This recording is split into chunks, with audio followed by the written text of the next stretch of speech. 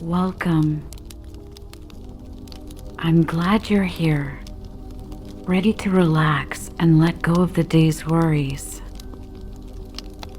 Tonight, we'll journey into a world of legends, a place where heroes roam and stars light up the sky. So, take a gentle, deep breath and release it slowly. Feel yourself sinking into comfort, the cares of the day drifting away. Picture yourself surrounded by a soft, warm light, a comforting glow that wraps around you like a blanket, calming and peaceful.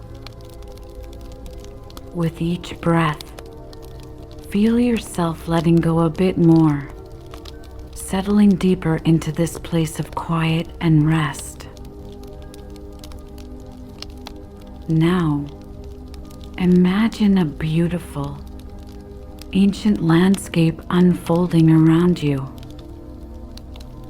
The sky above is a deep, endless blue, sprinkled with stars that seem to shine just for you.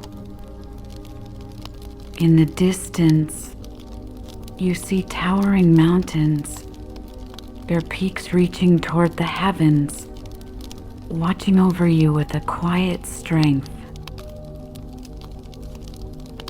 As you take gentle steps forward, imagine a path beneath your feet. Each step leads you further into this timeless world, where every leaf, every breeze holds a whisper from long ago. A soft breeze brushes past, carrying the scent of distant forests, filling you with a sense of calm and welcome. Ahead, a small fire flickers, its warm glow inviting you to sit beside it. Lower yourself down, feeling the gentle warmth of the flames reaching out to you. It's safe here, a quiet space where you can simply be, free from any worries. As you sit by the fire, let yourself sink into this peaceful scene. Feel the rhythm of the story waiting to unfold, a tale of a hero, of courage, and of journeys taken long ago. This is your time to let go, to drift, to allow the gentle flow of the story to carry you to a place of peace and wonder. You are ready now. Ready to journey alongside a hero, to witness the beauty and magic of an ancient world. Let the fire's glow guide you. Let the story surround you, and let yourself drift into a deep, restful calm. In the ancient world of Greece, long before our time, there was a place where gods and mortals existed side by side, each realm touching the other like gentle waves meeting the shore.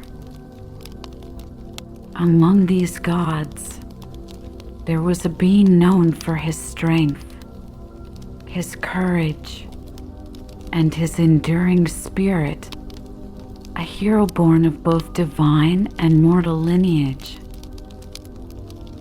His name was Hercules, and his story began under the watchful eyes of Olympus, destined to become a tale whispered for centuries. Hercules was born to Zeus, the king of all gods, and a mortal woman named Alcmene, whose heart was kind and filled with grace. With the power of a god and the heart of a human, Hercules was blessed and burdened from the start. For while Zeus loved him, others on Olympus were not as welcoming. The goddess Hera, wife of Zeus, saw Hercules as a reminder of her husband's wandering heart, and this child became the focus of her wrath. Her jealousy cast a long shadow over his life, shaping his path with challenges beyond any mortal's understanding. From a young age, Hercules showed remarkable strength and resilience. Stories say he could defeat fierce creatures and overcome obstacles that would have daunted even the bravest of men. But he was not merely a figure of might. He was a being of compassion, with a gentle heart that cared for the people of Greece. Those who met him felt a sense of peace, as if they were in the presence of both a protector and a friend. But destiny had its own plans for Hercules. As he grew, Hera's resentment grew as well, and she began to weave her influence into the threads of his life, crafting trials that would test his spirit and push him to the limits of his strength. One day, Hera's anger reached its peak. Through a cruel twist of fate, Hercules found himself under a terrible curse that clouded his mind and brought tragedy to his household. Heartbroken and filled with remorse, he sought a way to make amends. To redeem himself, Hercules was given 12 nearly impossible tasks, each one more difficult than the last. These tasks, given to him by King Eurystheus, were meant to purify his soul and prove his worth. And so began his journey, not just as a hero, but as a figure who would endure pain, challenge, and hardship, all for the chance to find peace within himself and honor among the gods. In every village and city, whispers spread about Hercules and his trials. People looked to him with both admiration and sympathy, understanding the weight he bore. He was a hero not only because of his great strength, but because of his will to continue, even when faced with the unknown. And so, with the moonlight guiding his steps and the stars as silent witnesses, Hercules prepared to face his first task. Ahead lay the path of a legend, a journey that would test not only his strength but also his heart. Each step he took was a step into the unknown, a step that would one day carve his name into history. And thus, Hercules set out to meet his destiny, knowing that the journey would transform him, shaping him into the hero he was meant to become. With the weight of his promise heavy on his shoulders, Hercules set forth toward the mountains, where his first challenge awaited. This task was like no other, for he was to face the fierce and powerful Nemean lion, a creature unlike anything he had encountered before. This lion, it was said, had a hide so thick that no weapon of man could pierce it. The villagers spoke of it in hushed tones, as if even the mere mention of its name could summon the beast from the shadows. As he approached the valley where the lion roamed, Hercules felt the stillness around him, a quiet that seemed to hold its breath, waiting. He could see the faint outline of the lion's tracks in the earth, each print deep and heavy, marking the path of an ancient and untamed power. He followed them slowly, listening to the gentle rustle of leaves, the distant call of birds, and the soft, almost imperceptible movement of the wind. Then, from within the shadows, he saw it, the Nemean lion, its golden fur shimmering like molten metal under the fading light of day.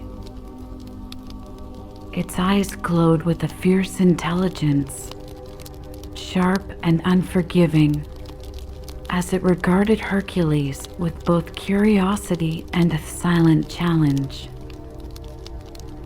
Hercules took a steady breath, feeling his heartbeat slow, each beat echoing through his chest with calm strength.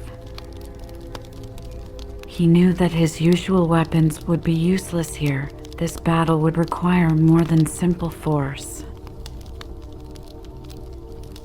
As he moved closer, Hercules felt the weight of his task. He understood that defeating this lion meant using his mind as much as his might. With calculated steps, he circled the beast, watching its movements, learning its rhythm, the way it breathed, the way it held its ground. And then, like two ancient forces locked in an eternal dance, they met. The battle was fierce yet strangely graceful. Hercules moved with quiet determination, each movement fluid and sure, while the lion responded with raw, untamed power. They struggled, man and beast, neither willing to give way.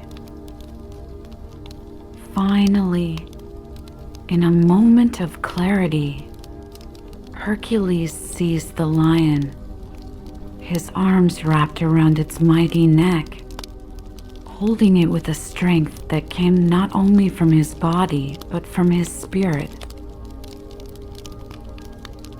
And then, in the quiet that followed, the valley fell still once more. Hercules rose, his breath steady, the lion now at peace.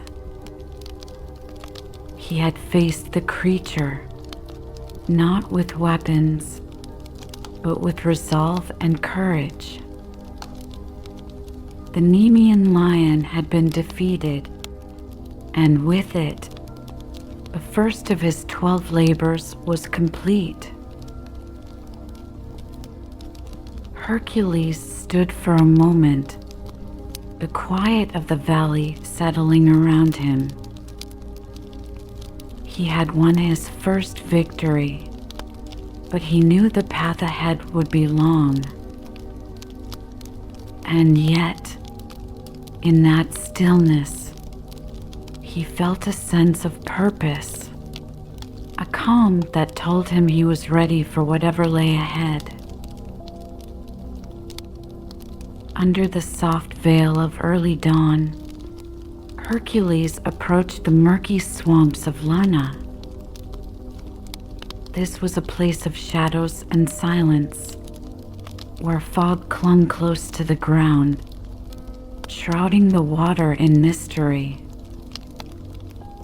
Here, deep within the swamp's heart, lived the Hydra, a fearsome beast with 9 serpent-like heads, each one breathing dark and venomous fumes. This was no ordinary creature. It was said that if one of its heads was cut, 2 more would grow in its place. To face the Hydra would require more than just strength. It would demand patience, courage, and keen wit. Hercules moved quietly through the dense undergrowth, his steps measured and calm. The air was heavy, filled with a stillness that seemed to deepen as he drew closer. Then, through the fog, he caught sight of the Hydra, coiled and waiting, its head swaying rhythmically as if lulled by some ancient, silent song.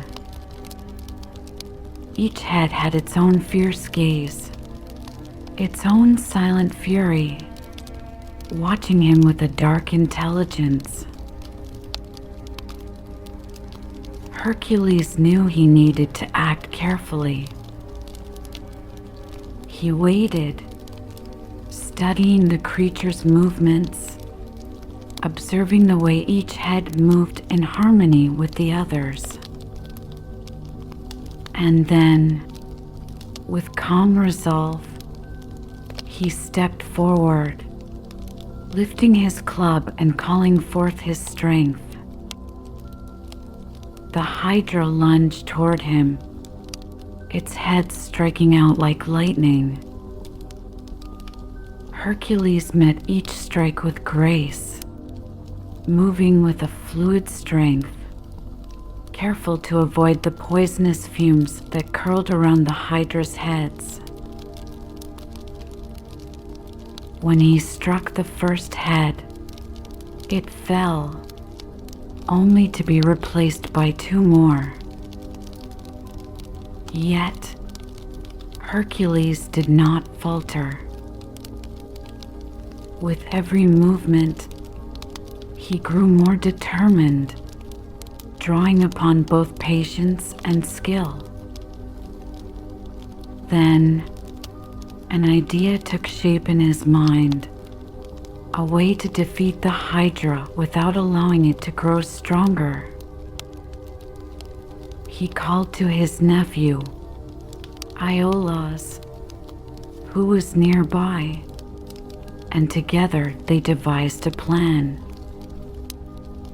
Each time Hercules cut a head, Iolaus quickly sealed the wound with fire, preventing new heads from growing. Slowly, the Hydra weakened, its strength waning as each head was carefully defeated and sealed. Hercules' movements were steady, like the flow of a river, unwavering and calm.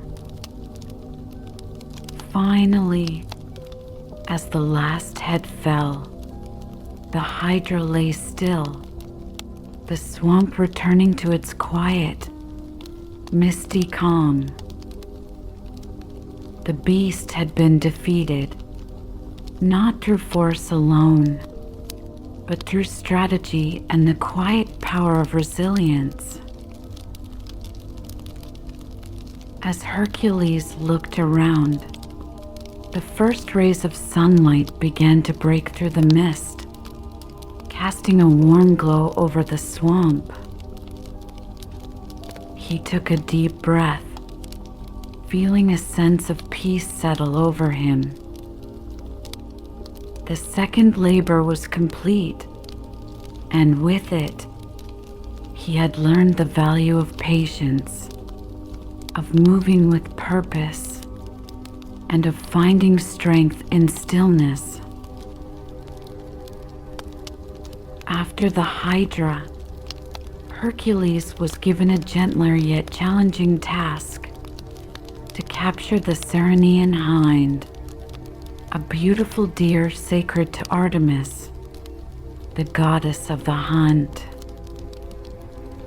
This hind was no ordinary creature. It was swift as the wind and had golden antlers that glistened under the sunlight, and Hercules knew he must be careful. This was not a beast to conquer, but a creature to respect and capture with grace. For many days, Hercules followed the hind through forests, over hills, and across streams, always maintaining a respectful distance. He moved quietly, with patience and reverence, admiring the creature's beauty and elegance. Each day, he came a little closer, his steps growing gentler, his movements slower. At last, in the soft light of dawn, he managed to approach the hind closely enough to gently capture it without harm. He offered a silent promise to Artemis, vowing to keep the hind safe until his task was done. With great care, he brought the deer back, fulfilling his third labor with respect and humility. Hercules' next task led him to the snowy peaks where the Erymanthian boar roamed. This boar was a fierce creature, its tusks sharp and its strength formidable. Unlike the gentle pursuit of the hind, this task demanded courage and skill. Hercules prepared himself, calming his breath and moving carefully through the crisp mountain air. The boar's tracks led him to a narrow pass, where he finally encountered the creature. When the boar charged, Hercules held his ground, moving with precision and grace. He knew he couldn't rely on brute force alone in such a confined space. Using the terrain to his advantage, he managed to tire the boar out, guiding it into a snowy embankment where its movements slowed. With a swift motion, he captured the creature, ensuring it was unharmed. As he stood there, with the winter wind brushing his face, Hercules felt a sense of accomplishment, a quiet triumph that came from overcoming a formidable force with wisdom and patience. For his fifth task, Hercules was given a different kind of challenge, one that required not strength or speed, but resourcefulness. He was to clean the Aegean stables, where thousands of cattle had left an overwhelming mess over many years.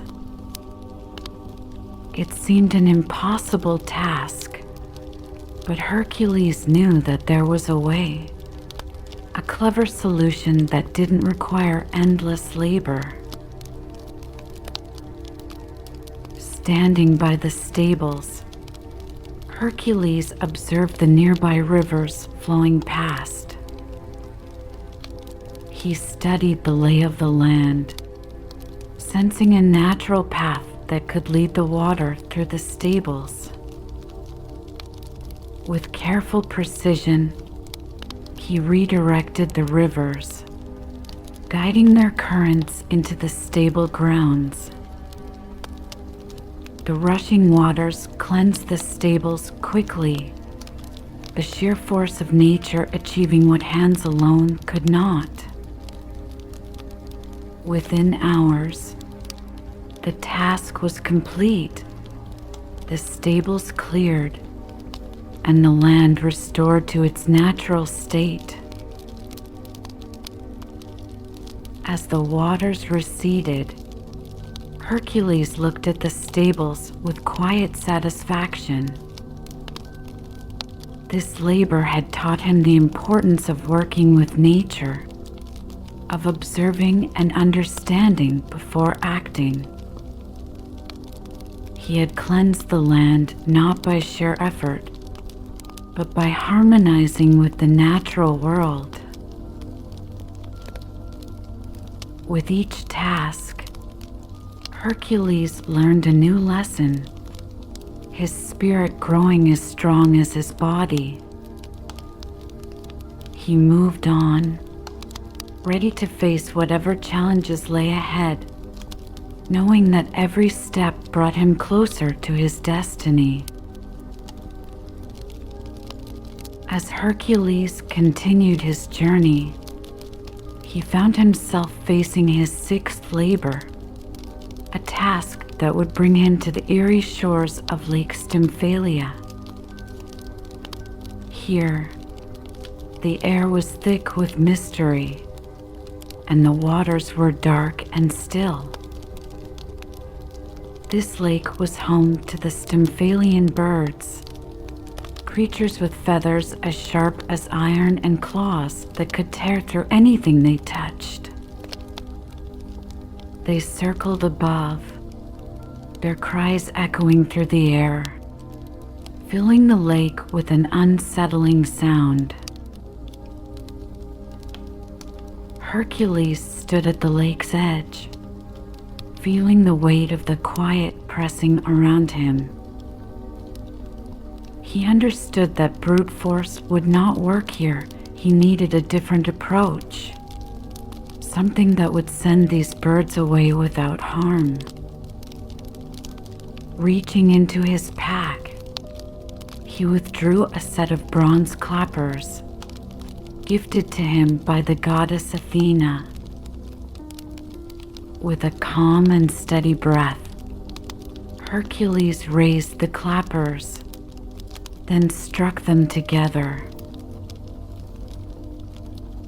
The sharp sound rang out, piercing the silence of the lake, cutting through the air like a clarion call. The birds, startled and agitated, took flight, their wings flapping wildly as they soared higher and higher, away from the lake. Hercules continued his steady rhythm, each clash of the clappers guiding the birds away until, at last, the sky above the lake was clear. The stillness returned, now peaceful and serene, and Hercules smiled, content in knowing that he had succeeded without causing harm. With a renewed sense of purpose, he moved on to his seventh labor, the task of taming the mighty Cretan bull. This bull, powerful and untamed, had roamed the fields of Crete, causing destruction wherever it went. Hercules traveled to the island, his heart filled with determination and respect for the beast. When he found the bull, it stood proudly on a grassy hill, its muscles rippling under the sun, eyes wild and fierce. Hercules approached it slowly, feeling the earth beneath him, grounding himself in patience and calm. He extended a hand, moving with a gentle resolve, letting the bull sense his presence. There was a moment of stillness, as if both man and beast were testing each other's strength and spirit. With quiet persistence, Hercules managed to subdue the bull, guiding it gently but firmly. The bull seemed to sense his intention, responding not with resistance, but with a gradual acceptance, as though it, too, understood that this encounter held meaning beyond simple control. Hercules brought the bull back to Crete's king, his heart lightened by the harmony he had found with the creature. His eighth labor awaited him next, leading him to the land of Thrace, where King Diomedes kept 4 wild mares, fierce and untamed. These mares had a terrifying reputation, known for their strength and relentless nature. Hercules approached them with the same quiet strength, a presence that held both gentleness and resolve. He observed the mares from a distance, taking time to understand their movements, their moods, and the fire in their eyes. When he moved toward them, he did so with a calm that reflected back at them, as if saying, "I am here not to harm, but to bring peace." With skill and care, he approached the mares one by one, his movements slow and deliberate. He spoke to them in a low voice, his words a gentle murmur, a song of peace in a land that had known only harshness. Gradually, the wildfire in their eyes softened, and they allowed him to guide them without struggle. Hercules led them back, their fierce spirits now tempered by a newfound calm. Each of these tasks had been unique, yet each had reminded Hercules of the same truth, that true strength lies not in force, but in understanding, patience, and respect for all beings. Hercules' journey then led him to a different kind of challenge, one that required him to gain the trust of a powerful and noble queen. For his 9th labor, he was sent to retrieve the belt of Hippolyta, the queen of the Amazons. This belt was a symbol of her strength and leadership, a gift from Ares, the god of war. To take it by force would have meant bloodshed, something Hercules wished to avoid. He traveled to the land of the Amazons, a place of beauty and strength, where rivers flowed clear and forests stretched endlessly, touched only by the Amazons themselves. As he approached their encampment, Hercules felt the strength of the warriors' presence, their eyes sharp, their movements swift and assured.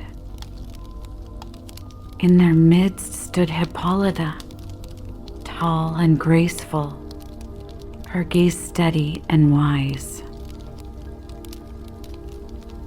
Hercules knew that respect was the only way to approach such a queen. Bowing slightly, he expressed his purpose with honesty, explaining the task given to him, Hippolyta listened quietly, her expression thoughtful. She recognized Hercules' intentions, seeing in his eyes the honor and sincerity with which he approached her. Instead of a battle, she offered her belt willingly, a gesture of mutual respect between two beings of strength. The two shared a moment of quiet understanding, a bond that needed no words. Hippolyta placed the belt in his hands, her gesture filled with grace and a hint of sadness, as if she understood that this exchange carried a weight far beyond the physical. She knew Hercules did not come as a conqueror, but as someone bound by duty, a man seeking redemption and honor. With the belt in hand, Hercules thanked Hippolyta, feeling a sense of gratitude and respect that ran deep. As he departed, he looked back at the Amazon Queen, seeing in her eyes a reflection of the courage and wisdom he hoped to carry within himself. Returning from this journey, Hercules felt the peace of a mission completed with respect and dignity. This task had taught him that sometimes strength lies in humility and in the courage to seek peace where others might see conflict. His heart, though bound to the tasks ahead, held a growing sense of calm, for each labor was shaping him, guiding him toward a deeper understanding of true heroism.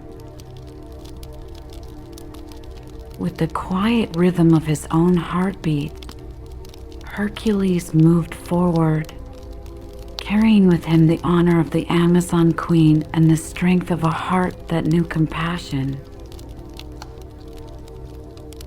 Hercules' journey then led him far west, to the distant land of Erythea, where his 10th labor awaited.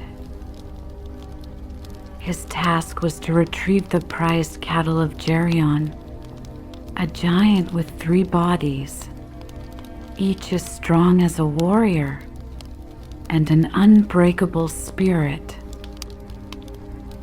Guarding the cattle was not only Geryon, but also a fierce 2-headed hound, Orthrus, and a loyal herdsman. The path to Geryon's land was long and arduous, filled with treacherous terrain and scorching heat under the relentless sun. As Hercules walked across barren lands, he could feel the weight of the journey in each step, yet he remained resolute, his heart calm and focused. Along the way, he encountered obstacles, each one a silent test of his endurance. He climbed rocky cliffs and crossed vast deserts, with only the stars to guide him by night and the blazing sun by day.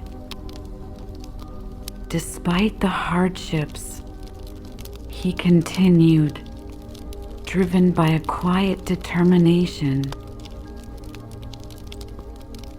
At last, he reached the land of Erythea, where the cattle grazed under the watchful eyes of Orthrus and the herdsmen. The air was thick with tension, and Hercules felt the silent challenge posed by his adversaries. In a swift movement, he approached Orthrus, his powerful hands swiftly overcoming the 2-headed hound without causing unnecessary harm. The herdsman, the loyal, was no match for Hercules' strength, and soon the way was clear. Then came the final confrontation with Geryon. Hercules faced the towering figure with quiet courage, the two of them standing in silence as the sun cast long shadows over the land. Geryon's three bodies moved in unison, each arm strong and ready, but Hercules held his ground, calm and prepared. The battle was fierce yet graceful, each movement purposeful and steady. Finally, with his unyielding strength, Hercules overcame the giant, honoring him in silence before guiding the cattle away.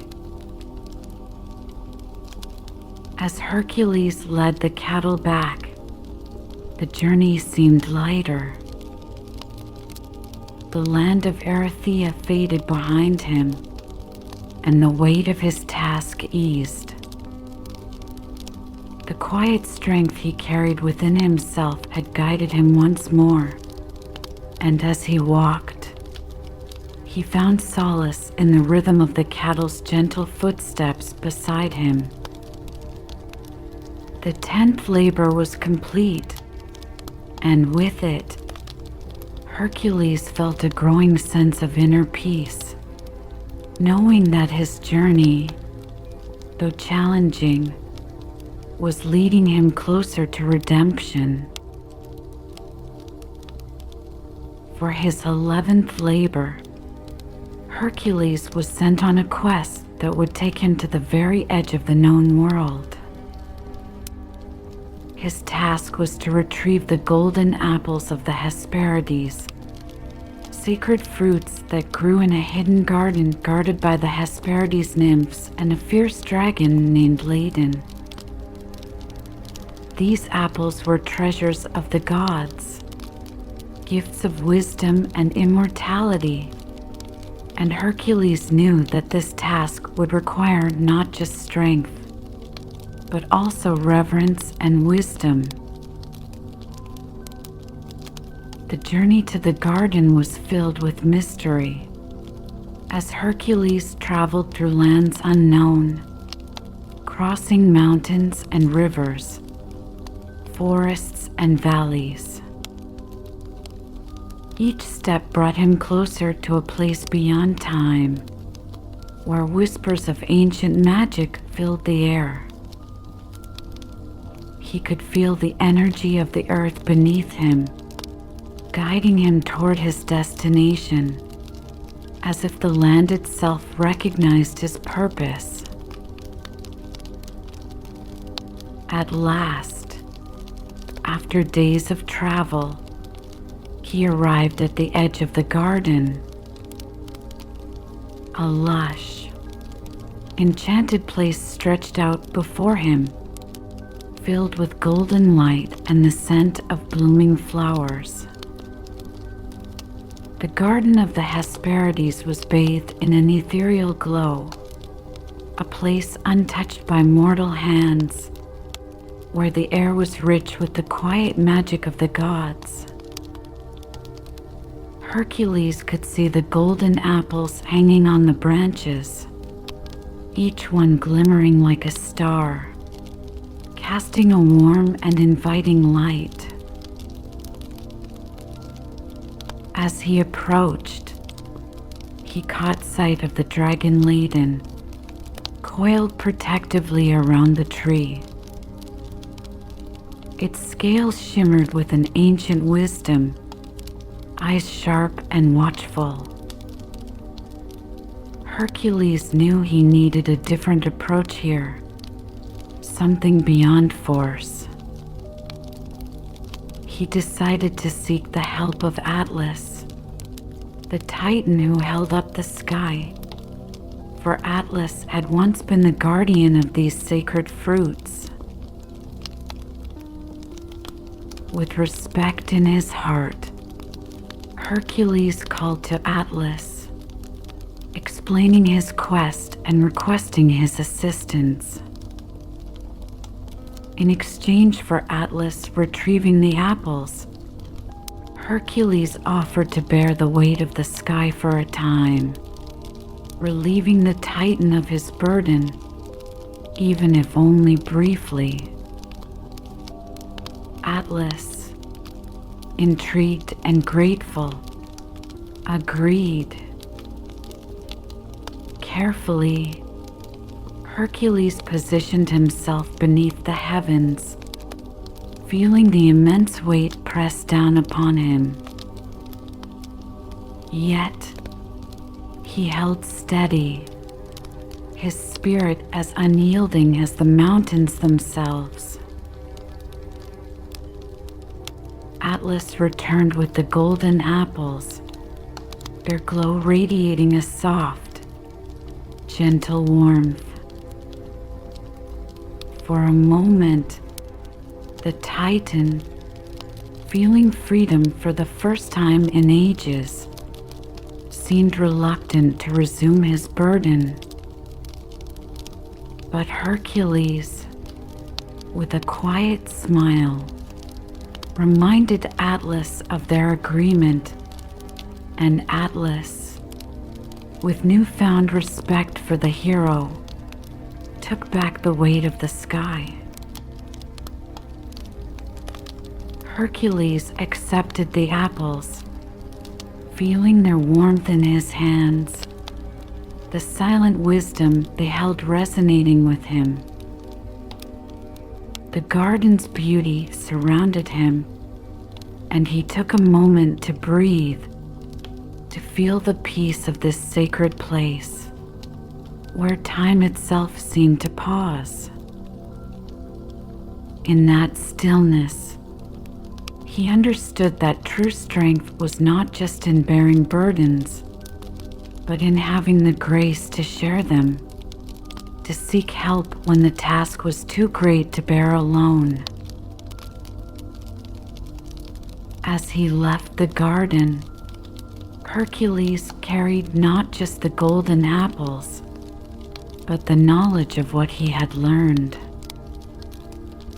Each apple was a symbol of wisdom, a gift of the gods, and Hercules held them with reverence, knowing that they represented more than just a task completed.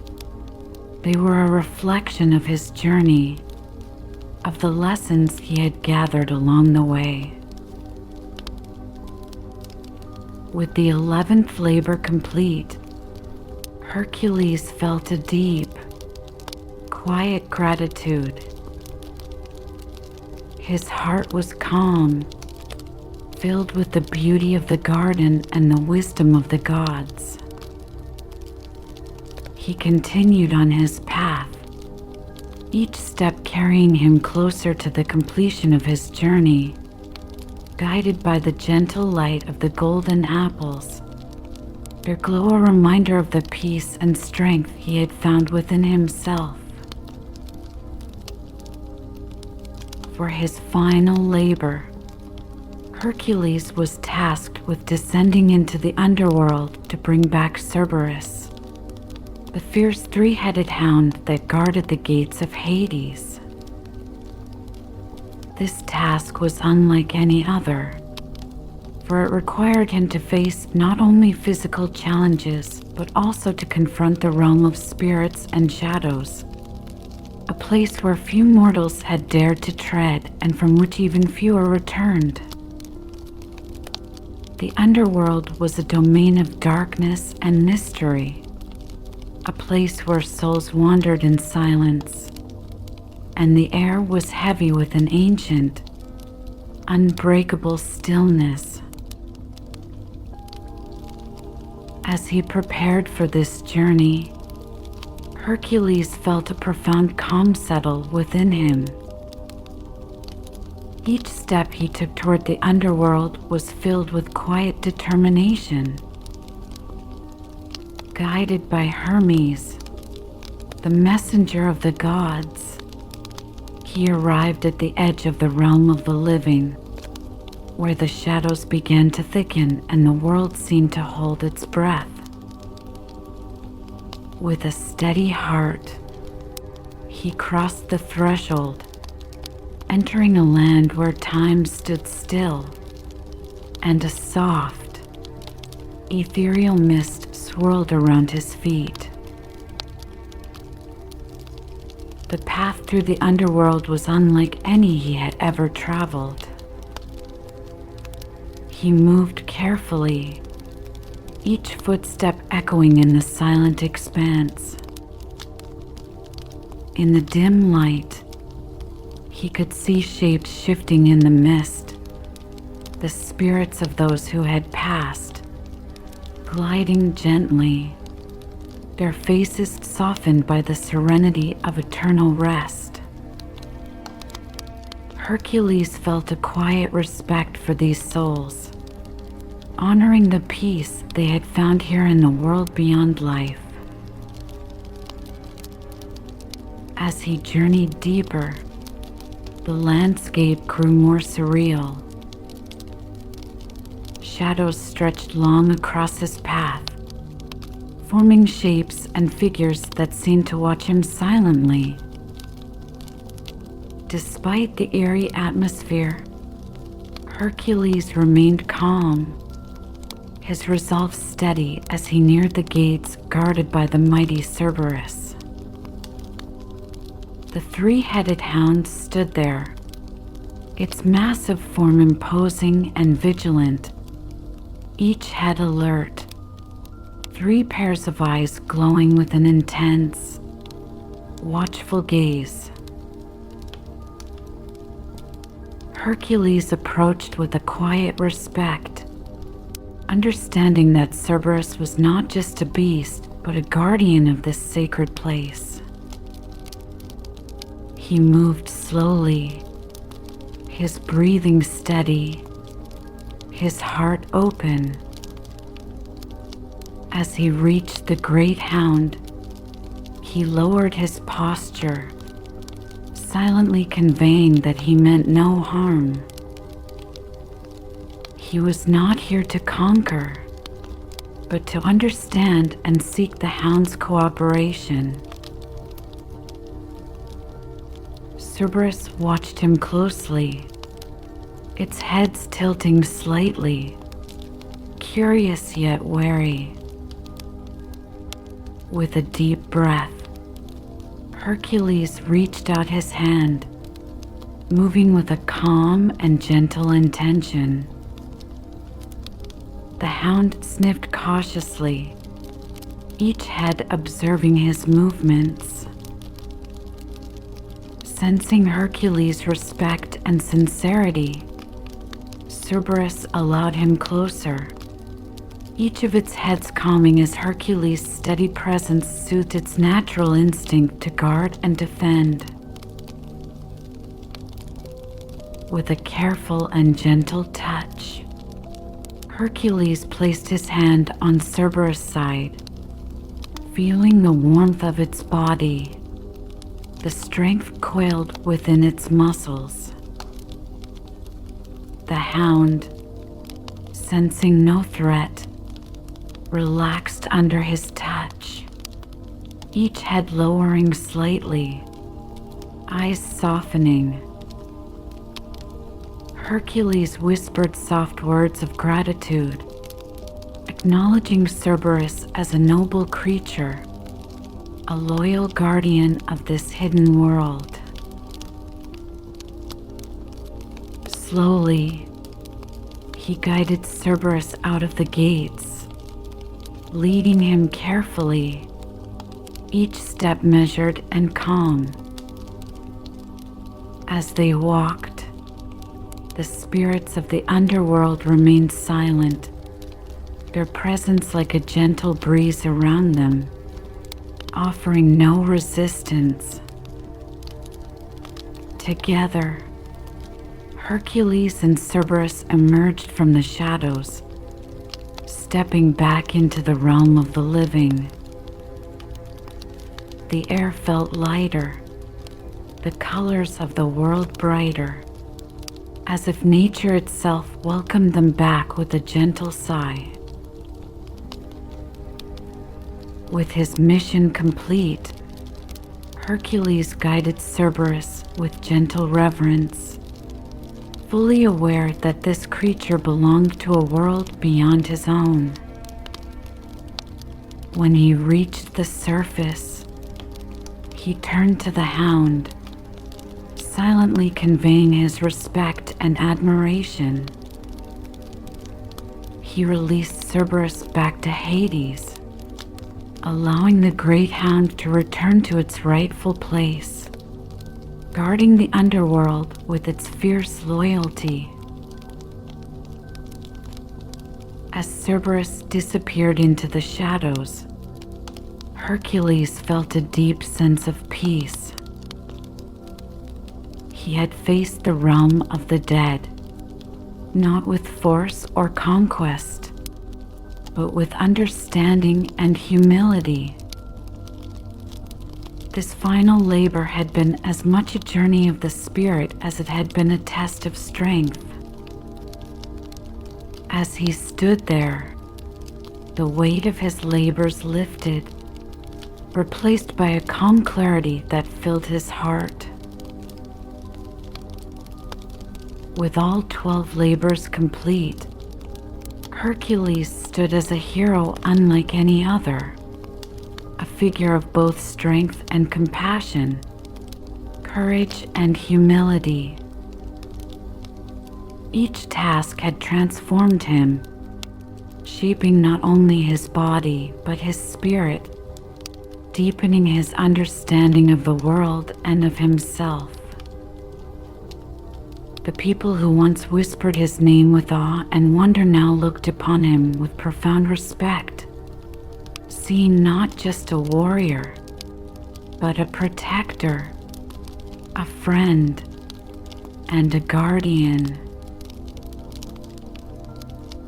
In the quiet moments after his final labor, Hercules found a gentle peace settling over him.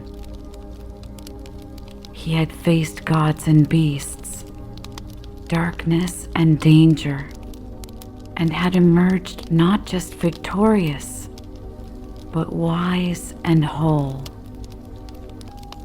His heart was lighter, no longer burdened by guilt or grief, but filled with a serene acceptance, a sense of completion that resonated deep within.